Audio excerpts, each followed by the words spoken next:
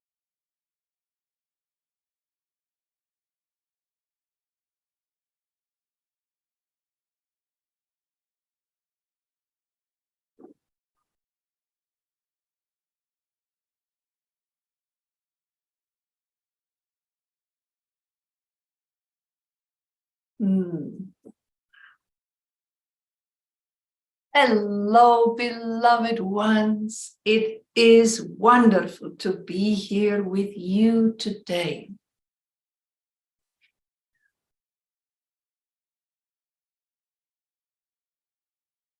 Today, I would like to talk about the dichotomy of success and failure. Right? So, as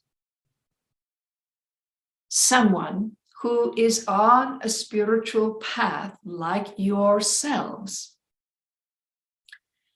one of the most difficult aspects of this is the transformation of your perspective in relation to the collective consciousness, right? So you are a part of a particular culture wherever you live in the world. You may have grown up in one culture and now you are living in another culture. But the society around you, the smaller collective, your community of origin and the community in which you live now, they play a very powerful role. in how you navigate your life, how you perceive outside events. Now, one of the struggles that you might find on a spiritual path is learning how to redefine success and failure. So these are two very powerful driving forces for humanity. Depending on which one you are leaning towards at any given time, it can inspire you to expand, to grow, to take risks, to try new things. And it can also hold you back and repress you, make you feel too afraid to even try, to take that risk, to do whatever needs doing in order to have that expansion, right? Because regardless of your history, regardless of what you are trying to work through as a human being in this life, once you step onto that spiritual path consciously, once you commit yourself to this way of life, this inner reality,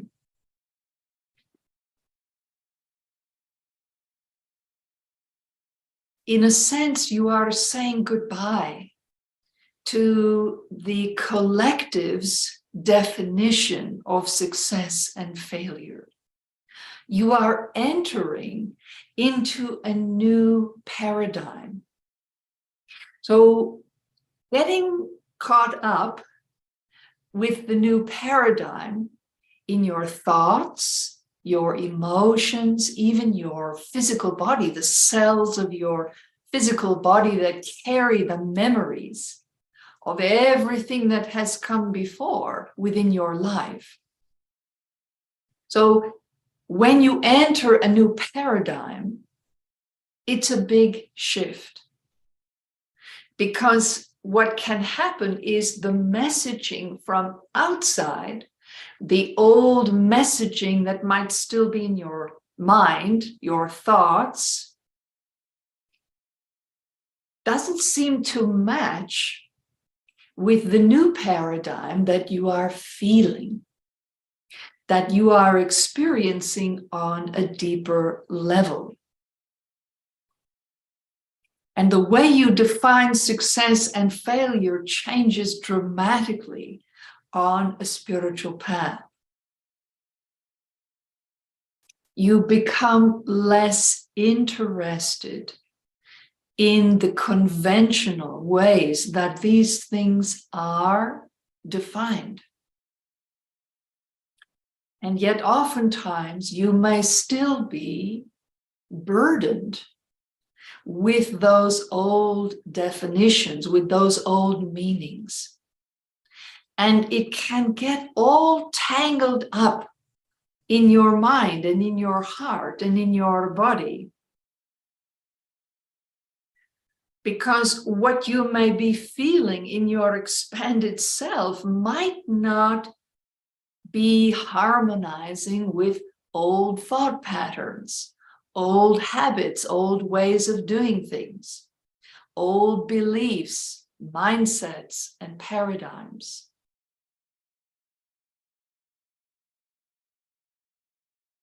So the first thing I'm going to say to all of you, my beloved ones, is to extend kindness to yourself. For those of you that might have been raised in one particular culture and you find yourself living in another, you know firsthand that that can be a very big transition, a big learning curve, a big rearrangement of thoughts and ideas and ways of doing things, right? Regardless of whether you broke away from the old culture because you didn't like it, or it was a point of pain for you, or whether you left one culture behind just because you wanted very much to be a part of this other culture in which you now live. It doesn't matter the reasoning, whether it's from joy or pain or fear or driven by terror. The transition is the same. It is difficult if you have to learn a new language, learn new customs, integrate into a new culture. That is what it means to step into a spiritual life. When you step onto a conscious spiritual path, it doesn't matter what the structure is, whether it is in more religious circles, New Age, metaphysical, Zen Buddhist, it doesn't matter. Your own hodgepodge creation of it all together. What matters is that everything shifts. It's a fundamental core shift inside of you. And it is very much like growing up in Germany and moving to the US, or growing up in the US and moving to Brazil, right? It's the same things. It's a fundamental shift at your core, and a spiritual life has its own language. And that language may not be a literal language, but it is a language inside of you. And it's one that you yearn to integrate with. You yearn to learn this language to such a degree that you begin to dream and think in this language beyond your native language. And it is not easy. And sometimes it does not feel simple, this transition to a whole new paradigm. And so kindness is a must. It is part of giving yourself this fundamental shift in a way that is based in love.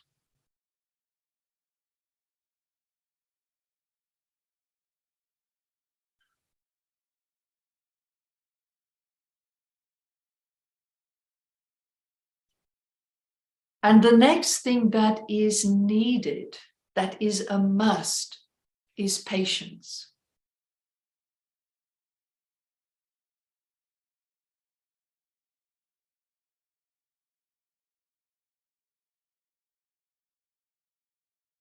Because here's where it gets different. Now, if you move from Germany to the US, or the US to Brazil, the word is different, spelled different, pronounced different.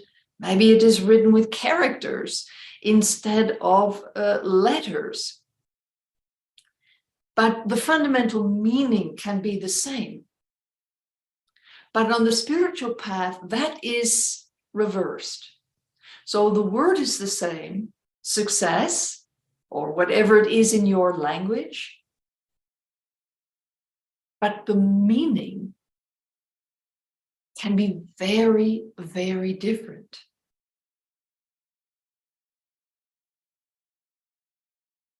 So the word failure in English is different in all the different languages in the world, but the meaning, as far oftentimes as most established cultures are concerned, is the same.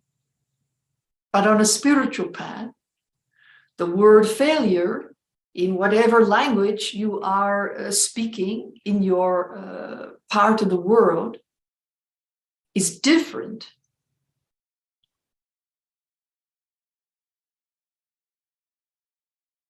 And yet, on a spiritual path, the very definition of that word is also vastly different than the culture and how it defines these words around that live around you. So you are experiencing everything that you know, all the definitions of these words that hold so much weight in your culture. You are experiencing a whole different meaning. There may be some similarities, but it feels different inside of you. So kindness and patience are a must, because not only are you learning a different language, you're learning it in a completely different way, right? It's not just the changing of the words with the same meanings. It is the changing of the meanings themselves that are attached to these words. So the way people who are not particularly interested in spirituality in this life, or they're having a different kind of spiritual experience than you are, they're going to see success and failure differently than the way you feel them inside yourself. And I bring this up today because this is one of those change in meanings that people on a spiritual path, such as yourselves, can often struggle with deeply.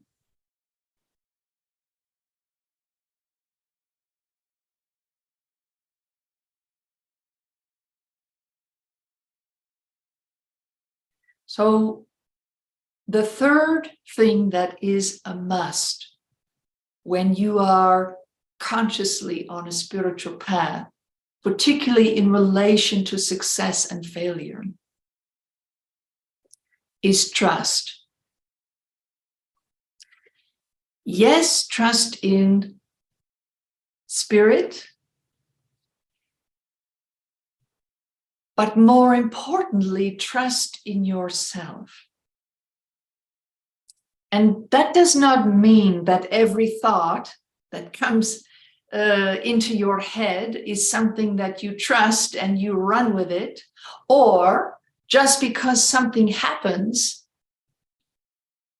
trust is not about saying, oh, well, that means this, or you subscribe a certain meaning to the sign that you believe has been given to you. Trust is about taking your time, not jumping to conclusions, not jumping to assumptions, not jumping into judgment.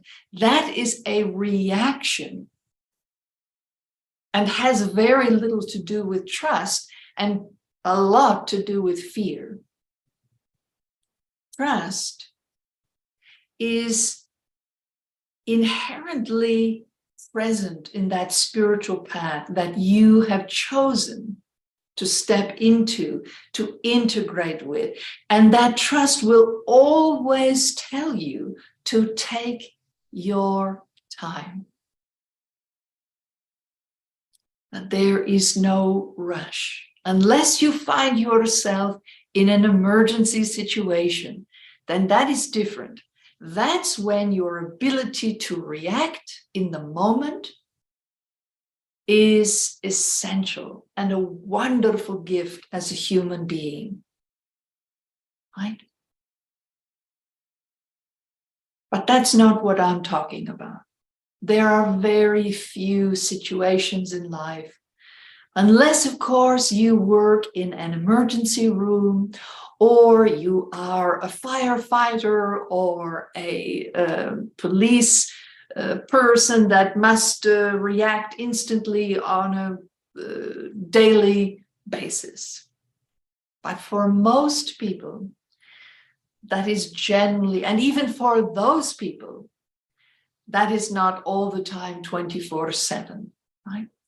So trust is knowing that inherent trust within you as a spiritual being is knowing that you are eternal. But there is no rush to get to anything.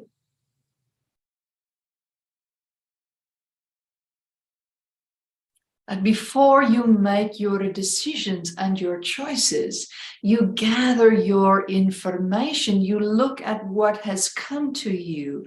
You might ask for more clarity, sit with what's happening, and then the trust strengthens and builds and brings you to clarity. What's your next step? What's the next action? What's your next movement? And this is how you begin to learn this new language, this spiritual language that is within you. What are the meanings to the words that you use each and every day? Because if you continue to force yourself to live by the definitions that others subscribe to certain words, you will not find your peace, you will not find your happiness. And that is not about rejecting definitions. Dictionaries are wonderful things. I often ask Danielle to use them in the course of materials that are given out.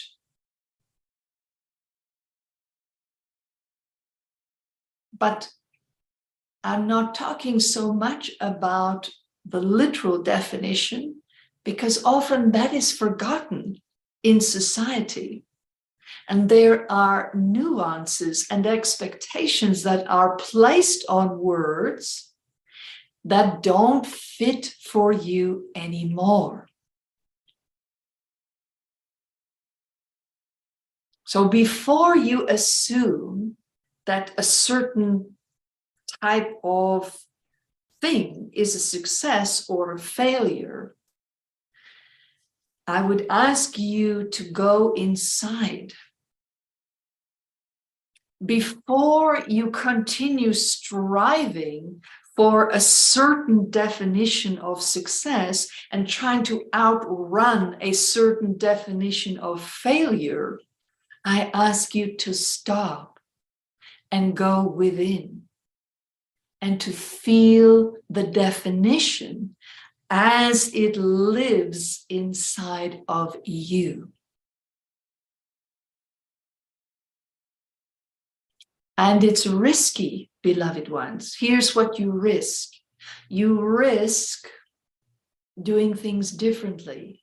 You risk doing things differently in such a way that it draws attention to you.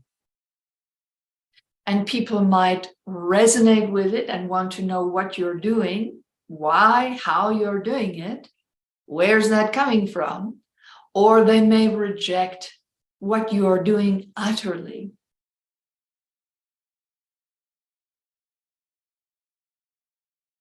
But as a conscious spiritual being who has chosen love as the very focus and heartbeat of your life, you must take this risk, beloved ones, because you can do nothing different.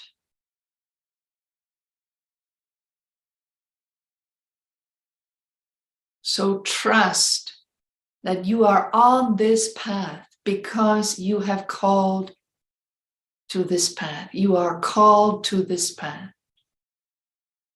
Trust that. And while you're on this path, in this life,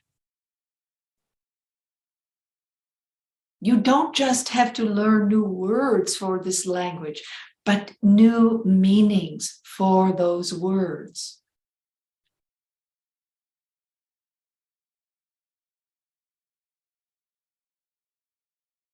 They are there inside of you.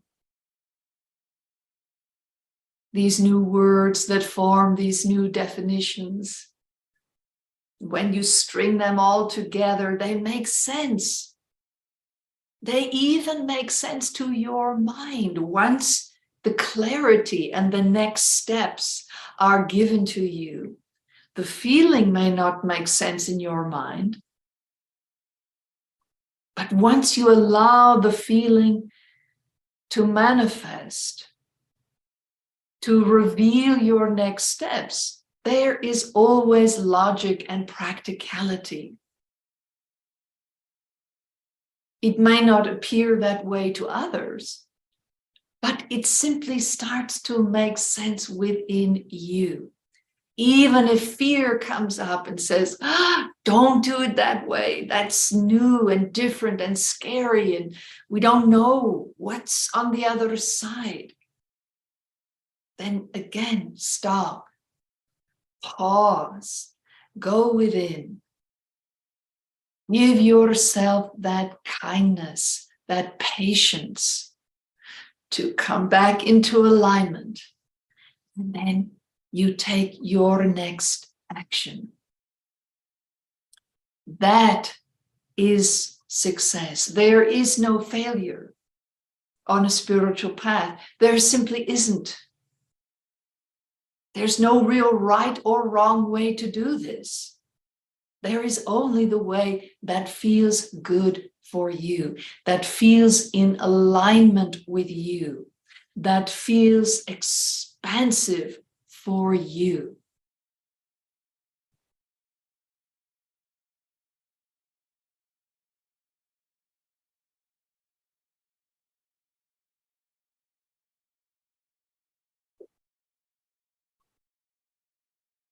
Trust in that.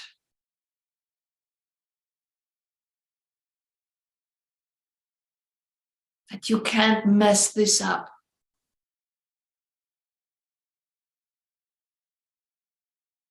Are you going to cause yourself and others hurt along the way? Yes, of course, you're a human being.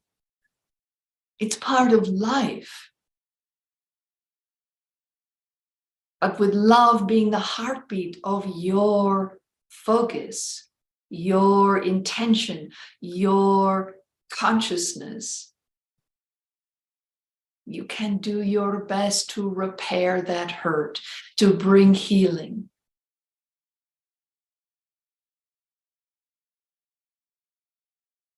To behave differently, to release old beliefs and assumptions, and make more room for love.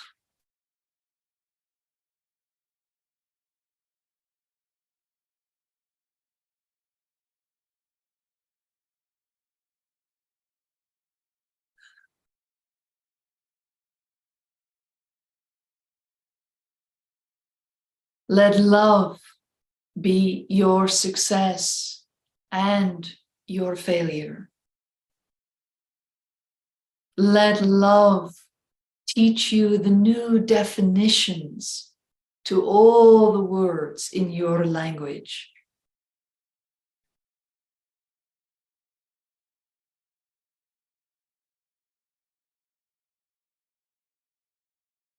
And that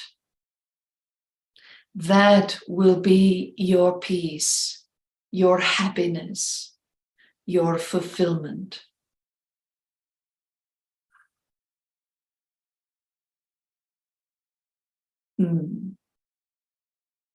I love you always, beloved ones.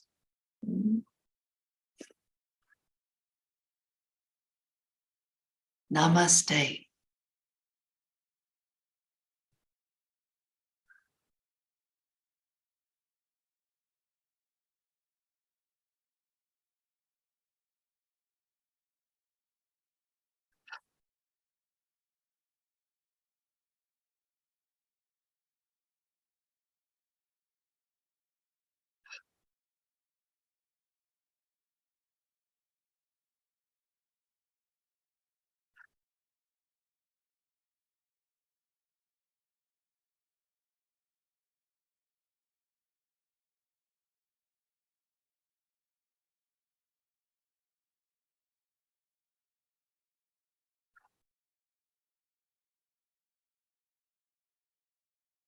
Hmm. Hmm. Well, I do believe that that was for me today. And I just so appreciate you guys coming to my teaching. Oh my goodness. Wow. That was just what I needed to hear today. I hope it was for you as well. You are so welcome, Marisol, Karen, Ariana, Astrid. That is such a beautiful name. And I feel like I'm pronouncing it incorrectly, but it's good to see you here. Thanks for joining us. And Holly, Rebecca, thank you all so much for joining us today. And share. Good to see you here. If you have not already done so, please subscribe to our channel. And of course, it would be so lovely if you enjoyed today's video, if you liked it and shared it with your friends and loved ones. I would be ever so grateful because, yes, Karen, oh my gosh, all caps. That's how I felt.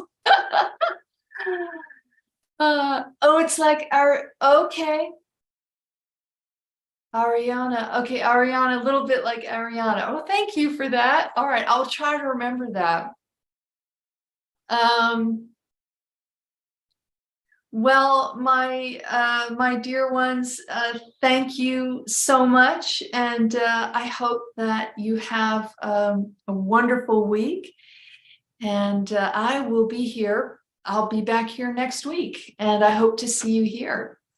Thank you so much, and bye-bye.